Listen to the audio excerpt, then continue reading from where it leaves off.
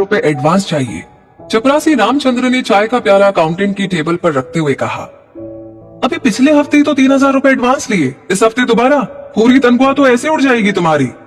Accountant साहब त्योरियां चढ़ाते हुए बोले, सर पिछले हफ्ते तो बिटिया के एडमिशन का फार्म भरना था, इस हफ्ते फीस भरनी है।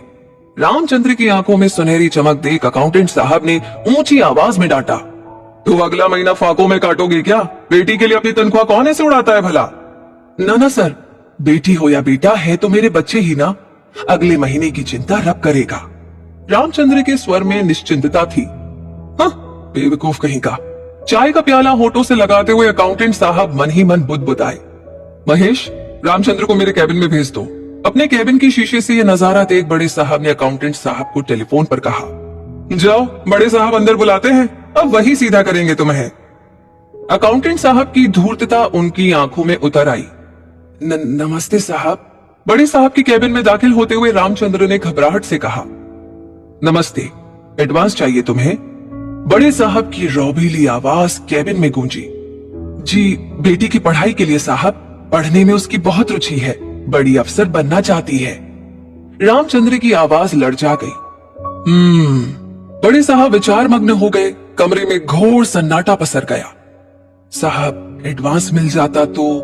हिम्मत कर रामचंद्र ने मानो जबरदस्ती शब्द मुंह से बाहर निकाले। ये लो। दराज खोल बड़े साहब ने एक लिफाफा निकाला, उसमें रुपए रखे और लिफाफा रामचंद्र की ओर बढ़ा दिया। ये क्या है साहब? बेसाख्ता मुंह से शब्द निकले। तुम्हारी बेटी की पढ़ाई का खर्चा। अब तुम्हें किसी के आगे हाथ फैलाने की जरूरत नहीं। पर गहरी चिंता की लकीरें मस्तक पर आ विराजमान हो गई। मन में 100 प्रश्न कुलबुलाने लगे। न फूटा, जुबान तालू से चिपक गई हो जैसे। चिंता मत करो, तुम्हें नहीं चुकाना ये कर्ज। बड़ी साहब ने रहस्य भरे अंदाज में कहा तो रामचंद्र की रही सही हिम्मत भी जवाब दे गई। जी में आया बोल दे, साहब हम गरीब जरूर हैं, पर बेगैरत नहीं। पर प्रत्यक्ष में कुछ न बोल पाया। अचानक बड़े साहब की रौबीली आवाज से उसकी तंद्रा टूटी। बस अपनी बिटिया को मेरी तरफ से इतना कहना, जब वो पढ़ लिख कर काबिल बन जाए तो ऐसे ही किसी जरूरतमंद की मदद कर दे, तब हो जाएगा तुम्हारा कर्ज चुकता। तो दोस्तों, जब भी आपको मौका मिले किसी की जरूरत को पूरा करने का, तो जरूर करके देखिएगा।